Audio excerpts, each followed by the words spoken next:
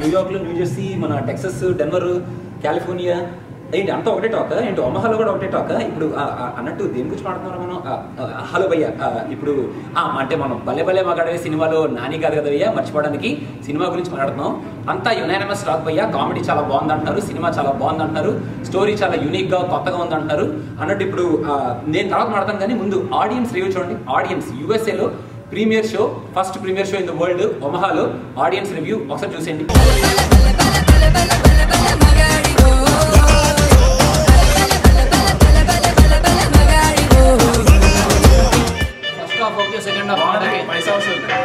ఎలా ఉంది ఎలా ఉంది?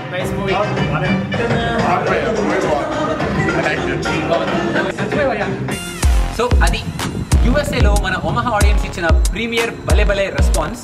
బిగ్ డే కాబట్టి కొంచెం జనాలు తక్కువగా ఉన్నారు. రేపటి నుంచి ఆడియన్స్ థియేటర్లో బాగా కిటకిటలాడే ఛాన్సులు చాలా ఎక్కువగా ఉన్నాయి అన్నట్టు.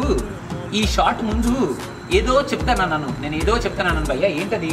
చూస్తే వెనకాల పోస్టర్లో కనిపిస్తుంది. ఓ యా, ఆ భలే భలే మగాడు గురించి నేను చెప్తున్నాను భయ్య.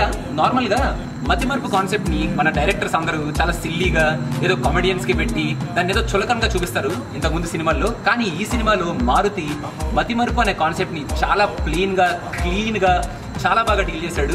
మన నానిని ఆయన ఫుల్ లెంత్ పొటెన్షియల్ వాడుకున్నాడు భయ్య. Nani one of the best performances in his career అని చెప్పొచ్చు. నాని చేసిన కామెడీ, యాక్టింగ్, లాస్ట్ లో సెంటిమెంట్, ఫైట్స్ కూడా చాలా బాగా చూపించాడు నాని చేత. అండ్ స్టోరీ కూడా చాలా డిఫరెంట్ గా చాలా వెరైటీగా ఉంది. అండ్ మతిమరుపు ఉన్న వాళ్ళు పడే బాధలు, వాళ్ళ ఇబ్బందుల్ని చాలా సిల్లీగా కామెడీతో చాలా బాగా చూపించాడు భయ్య మారుతి.